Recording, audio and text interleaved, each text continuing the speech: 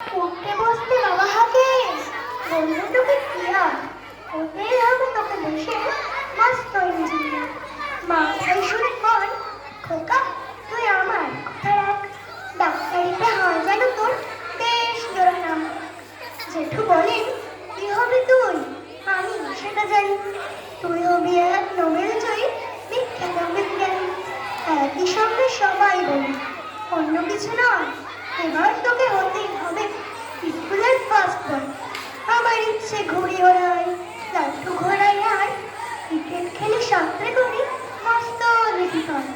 কিন্তু সেসব করতে গেলে সবাই আসেন ফেলে, সবাই বলেন মনতে করা এক্ষুনি সব ছেড়ে। কি আর বলবো, এখন আমার অবস্থাটাই, লেখাপড়ায় দিন কেটে যায়, কিচ্ছু করা নেই। এক একজনের এক এক ইচ্ছে, সবাই দিচ্ছে তারা, তার ফলে ভাই আমার